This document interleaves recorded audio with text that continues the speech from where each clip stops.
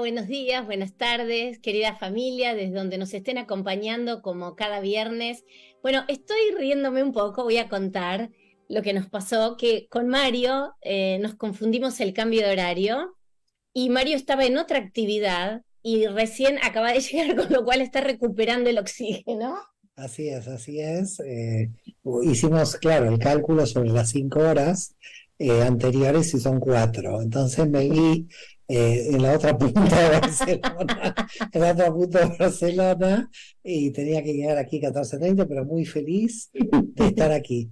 Bueno, muy bien, muy bien. Hemos cumplido, si no, iba a abrir de todas maneras yo el programa hasta que Mario pudiera hacer su carrera desde donde estaba para poder acompañarnos hoy, porque bueno, hoy el objetivo de este programa, de este encuentro, es presentar el nuevo libro de Mario, Keter, el éxtasis de la eternidad, el poder de la emuna desde la cábala. Y si bien obviamente vamos a abrir el diálogo y para que Mario nos cuente con respecto a su nuevo libro, a mí hay tres pilares que me gustaría trabajar y que nos cuente Mario. Y que los tres puntos están justamente mencionados en el título de esta obra. Uno que tiene que ver con el éxtasis, que tiene que ver con la eternidad, el concepto de eternidad, de esa vida eterna natural, que muchas veces, o probablemente en mi caso, siempre la eternidad lo vi como algo que no era o que iba a ocurrir en esta realidad espacio-temporal en la que vivimos. La eternidad era como, es un concepto como muy grande, para mí muy etéreo. ¿Y qué tiene que ver la emuna, que es la confianza en todo esto? Así que bueno, Mario, formalmente bienvenido, ¿estás más tranquilo? Gracias, muy bien. He tenido la emuna de llegar y he llegado. Así que, bueno, el libro plantea, yo diría, 3 o 4 temas centrales que son fundamentales en la Cábala, porque para aquellos que no conocen, Keter es la dimensión más elevada del árbol de la vida. Vamos a explicar, para aquellos que quizás no conocen de Cábala, Keter es la corona, llamada, podríamos decir, la primera dimensión. Y claro, primero hay que explicar qué es Keter para después derivar los demás conceptos, porque si no, claro, el concepto de éxtasis y el concepto de eternidad están derivados de comprender qué es Keter. Muy bien. Por lo tanto, Keter, que es la corona, es un vacío que podríamos hacerlo equivalente al vacío de la creación del universo. Cuando el universo se creó en el Big Bang, que nosotros en la Cábala lo llamamos Tzimtzum, Keter es ese primer vacío donde entran básicamente 2 fuerzas. Hay una fuerza que es la fuerza masculina y hay una fuerza que es la fuerza femenina. La fuerza masculina es expansiva, la fuerza femenina es restrictiva. La fuerza masculina, que es expansiva, su objetivo en esa expansión es permitir que exista un vacío donde algo se pueda revelar.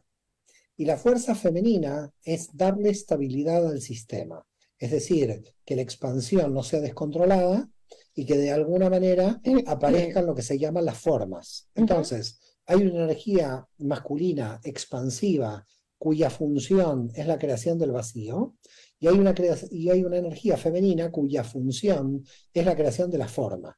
Es como que lo masculino da el contenido y lo femenino da la forma. Es decir, hay fondo y forma. Perfecto. Entonces, el fondo, que es un fondo inmaterial porque es energético, ese fondo de alguna manera se relaciona con la forma, porque en definitiva el espacio vacío tiene una forma dentro del infinito. Isaac Luria lo llamaba Igul, la redondez. Ajá. ¿Y qué pasa en este vacío? En este vacío sucede que existimos dentro de este vacío, pero existimos de un modo espaciotemporal, es decir, nosotros somos una forma que aparece y desaparece. Todas las formas dentro del universo aparecen y desaparecen. Ninguna forma es eterna como forma. Claro. Pero como contenido, como sustancia, sí es eterna. Es decir, hay una sustancia eterna que tiene que ver con el infinito, que esa sustancia eterna, que aparentemente es informe, porque no tiene forma, es la esencia de toda nuestra realidad. Es cómo está la realidad, qué contenido tiene la realidad. Entonces, podemos decir que lo masculino se relaciona más con el contenido y lo femenino se relaciona más con la forma. Cuando nosotros vivimos en el tiempo y en el espacio, nosotros creemos que nuestra alma solamente viene a hacer un trabajo en el tiempo y en el espacio. Pero nuestra alma no viene a hacer un trabajo en el tiempo y en el espacio. La información que revela el alma está más allá del tiempo y el espacio. No pertenece al tiempo y el espacio. Porque lo que nosotros estamos revelando es información que existe en la matriz del infinito. Entonces, cuando estamos bajando información, tenemos confianza que somos capaces de bajar esa información, de que no la bloqueamos. ¿Por qué se puede bloquear la información? Cuando la forma tiene identidad de forma, es decir, cuando la forma se cierra a conectarse con el universo a partir de una situación egoica, de cerrarse al otro, de entrar en conflicto con el otro, o de no estar unido con el otro. Es decir, la forma se cierra en su identidad, y cuando la forma se cierra en su identidad aparece automáticamente el conflicto. ¿Qué tenemos nosotros dentro del sistema? Tenemos la conciencia. ¿Y qué hace la conciencia? La conciencia une siempre dos partes, pero las partes fundamentales con las que está creado el universo son el infinito y el universo, nuestro propio universo. Así es. Entonces, nosotros tenemos conciencia de que hay unión entre el infinito y lo finito, entre el Ein Sof, como lo llamamos en hebreo, al infinito, y las formas fragmentarias dentro del sistema de la materia. Entonces, cuando unimos esto en oscilación constante, cuando unimos el fondo con la forma, cuando unimos la eternidad y el espacio y el tiempo, cuando estamos oscilando entre lo femenino y masculino, ahí alcanzamos el éxtasis. ¿El éxtasis qué es? El éxtasis es un movimiento de unión. Es un movimiento de unión. Cuando tú estás uniendo partes de tu propia personalidad, puedes empezar a entrar en éxtasis, porque vas viendo de que todo está unido en un punto. Lo que nos hace daño, lo satánico de esta realidad, es cuando creemos que las diferencias de forma son diferencias de fondo. Y las diferencias de forma no son diferencias de fondo. Las diferencias de forma parecen diferencias de fondo porque cumplen una función en la forma, pero el fondo es el mismo, el fondo proviene de una matriz. Entonces tenemos que comprender la unión de la unión oculta con las diferencias superficiales. Ok. Bueno, vamos a ver si entendimos algo de todo lo que recién Mario explicó. Me miras con cara extraña. No, que está muy bien. Y voy a tomar algo de todo lo que dijiste recién cuando hablabas del éxtasis para preguntarte, porque tu libro tiene pasajes muy reveladores, además de una guía práctica para entender cómo todo está asociado, el tiempo, la felicidad, la confianza en lo que hago, y cómo ese éxtasis se alcanza cuando el alma lleva a cabo lo que es propio de su naturaleza, ¿verdad? Es decir, cuando el alma trabaja por su misión, y esa misión es lo que nos da la fuerza, nos da la felicidad, ese motor para levantarnos cada día, para encontrar en lo que hacemos el éxtasis en definitiva, porque allí es donde sentimos la máxima felicidad en hacer lo que verdaderamente vinimos a hacer, que a veces no es tan fácil poder encontrar, ¿no?, ese propósito o esa misión. Y tu libro va mucho en profundidad a explicar, y vos hablas de tu vida personal, inclusive, le quiero contar un poco a la gente, de que este libro, que recién todo lo que explicó Mario es hermoso y está aquí también, pero también hay una parte, así como hacemos en Cábala Urbana, que bajamos a la tierra estos conceptos que son más complejos, y Mario en este libro, es un libro muy íntimo además, donde vos hablas y explicas y respondes a cuestionamientos que tenemos todas las personas, como por ejemplo el orden del tiempo, cómo nos organizamos para hacer un montón de cosas, y cómo hay que ir poniendo prioridades también en la vida. Pero por eso a mí me gustaba entender el tema del éxtasis, porque en realidad a partir de ahí es donde uno después puede pensar que trabaja en esta construcción de la vida eterna, de la eternidad. Y aquí voy a decir algo y ya te doy pie para que nos sigas hablando. El Evangelio de María Magdalena, justamente, una de las enseñanzas de Jesús, dice que lo que importa es lo eterno, que lo que no es eterno no importa. Y dice, ¿y qué es lo eterno? Lo eterno es el alma, porque el alma va pasando a lo largo de las diferentes rotaciones de nuestra vida, Con lo cual, el foco del alma es muy fuerte, inclusive en el mensaje de ellos. Cuidado que en la Kabbalah el tema no es tan radical como lo que está citando. ¿Por qué motivo? Porque lo no eterno sí importa.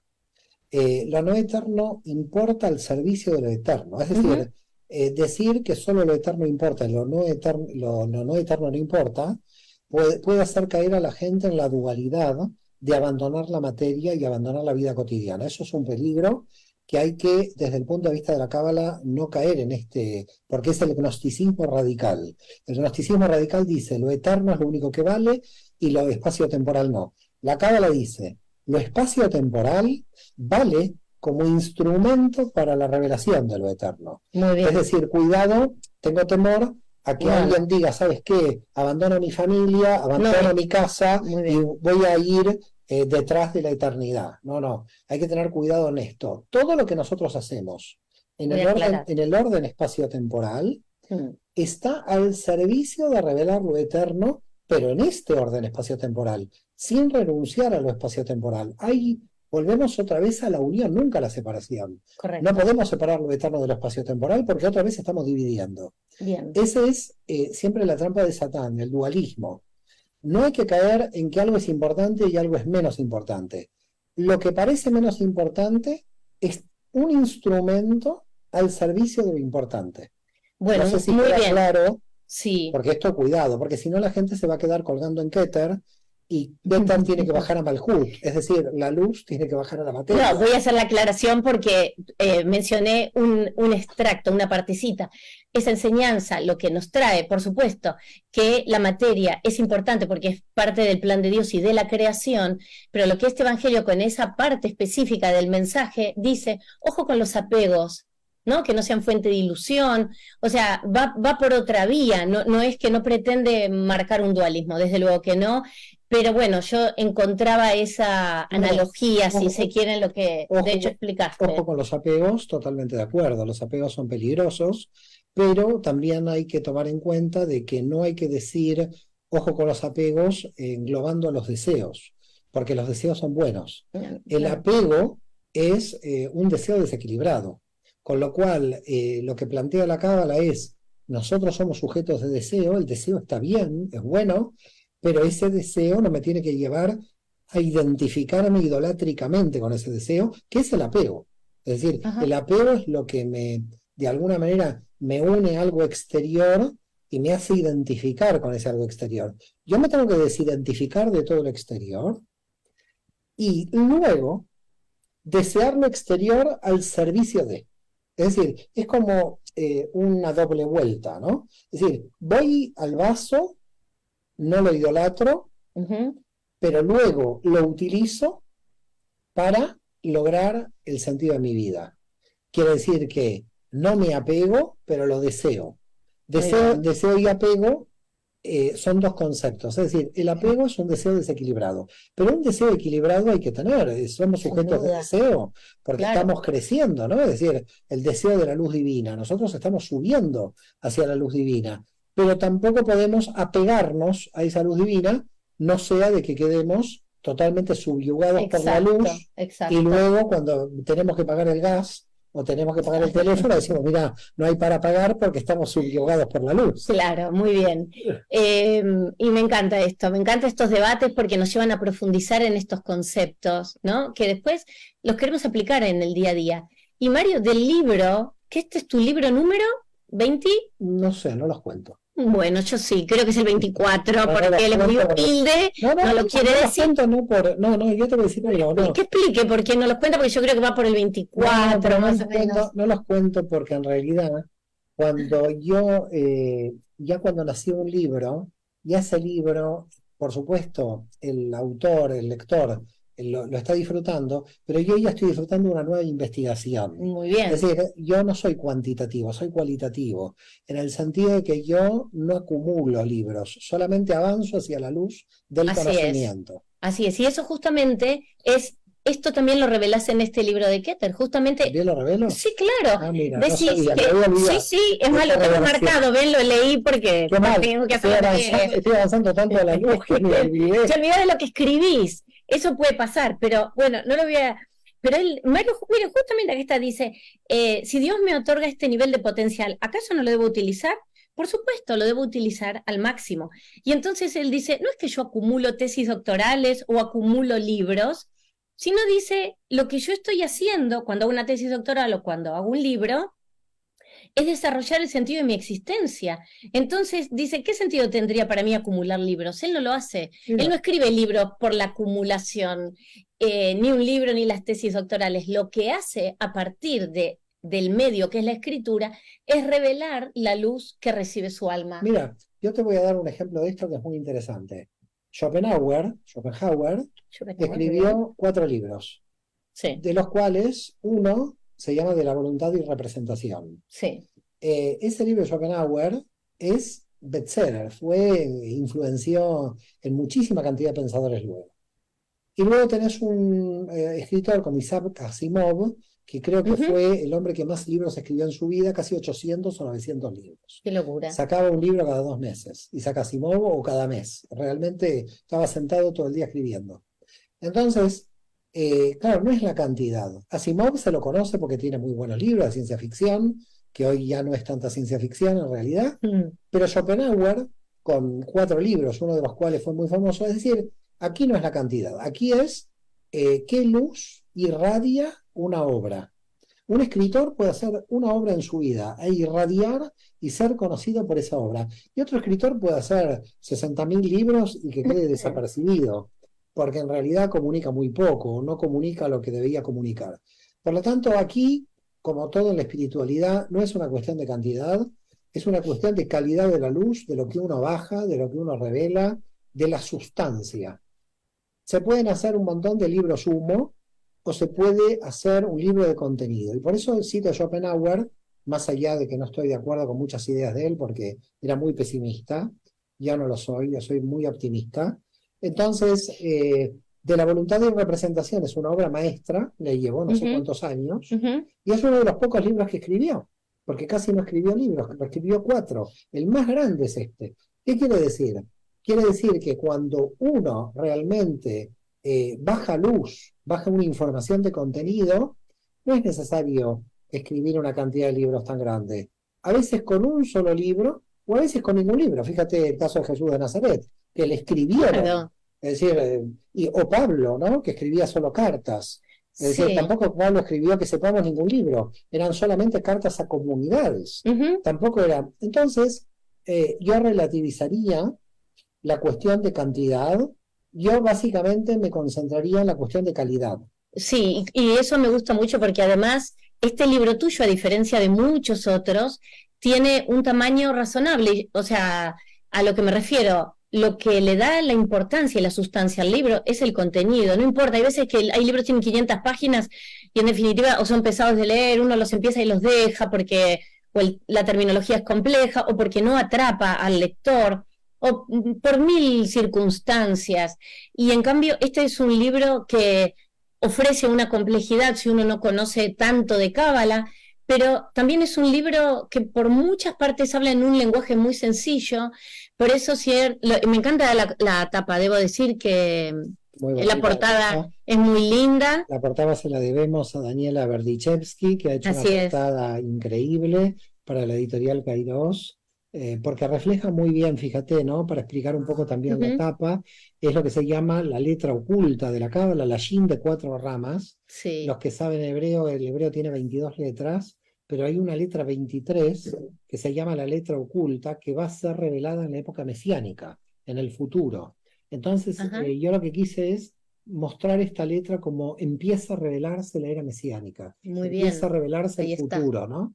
Empieza a revelarse el reino de Dios, la era mesiánica, a partir de esta letra. Es una letra que resulta muy interesante porque une la tríada superior del árbol de la vida, además con el infinito, tiene una gran simbología esta letra, y sobre todo, bueno, yo también tengo que decir, una confesión pública, de que este libro, cuando yo lo comencé a escribir, no quería escribir sobre esta cuestión. Yo quería escribir un libro que sea mucho más voluminoso y que tuviera mucho más información, parecido a SOT 22, al secreto. Muy bien, sí. Y cuando yo dije, cuando en un momento dije, pero aquí está dicho todo lo que yo tenía que decir y no me interesa seguir porque el tema ya está planteado, ¿para qué voy a seguir? Es decir, fui consciente de la limitación que tenía el tema. Es decir, si el tema estaba planteado en las páginas en que estuvo planteado, ¿para qué seguir estirando un tema que ya no daba para sí? O Exacto, eventualmente cambiar de tema, porque claro, exacto. si cambiaba de tema, el libro se iba a volver un compendio de temas fragmentarios, Claro, desconectados, claro. y este tema estaba totalmente conectado. Es decir, cuando yo termino el libro, se cierra solo el libro de alguna manera, y es la primera vez que yo no fuerzo al libro a seguir. Hago que el libro por sí solo se cierre solo. Una cosa muy extraña me pasó en este libro por primera vez en mi historia, que un libro me pidiera cerrarse, no que yo lo Wow, cerrara. muy bien. Qué fuerte. O sea que, bueno, el libro es lo que tiene que ser y llegó hasta donde evidentemente la revelación en este libro tenía que llegar. Mario, se nos pasó el programa. Pero ¿cómo puede ser? Yo quería quedarme acá charlando, la cosa se estaba poniendo linda. Y bueno, pero habrá que esperar ahora hasta No sé si me pueden invitar otra vez a este te vamos a programa. invitar. Sos ya un invitado frecuente, Si me invitan, así que vas a ser invitado. Tendremos nuestro próximo encuentro de Cábala Urbana, que no sé cuándo será, pero sí, en breve seguramente. Así que bueno, gracias no, gracias a ti por la por invitación. estar, por presentar tu libro precioso de Gracias Keter, siempre a FM Mantra, ¿no? por supuesto, y a toda la gente que nos acompaña, que están del otro lado. Les mandamos un beso enorme, les deseamos un feliz Shabbat, Shabbat Shalom para todos, que la paz reine no solamente en nuestras vidas personales, sino en toda la humanidad. Amén. Y si Dios quiere, nos vemos el viernes próximo. Así que muchísimas gracias a todos y que estén muy bien. Muchas gracias.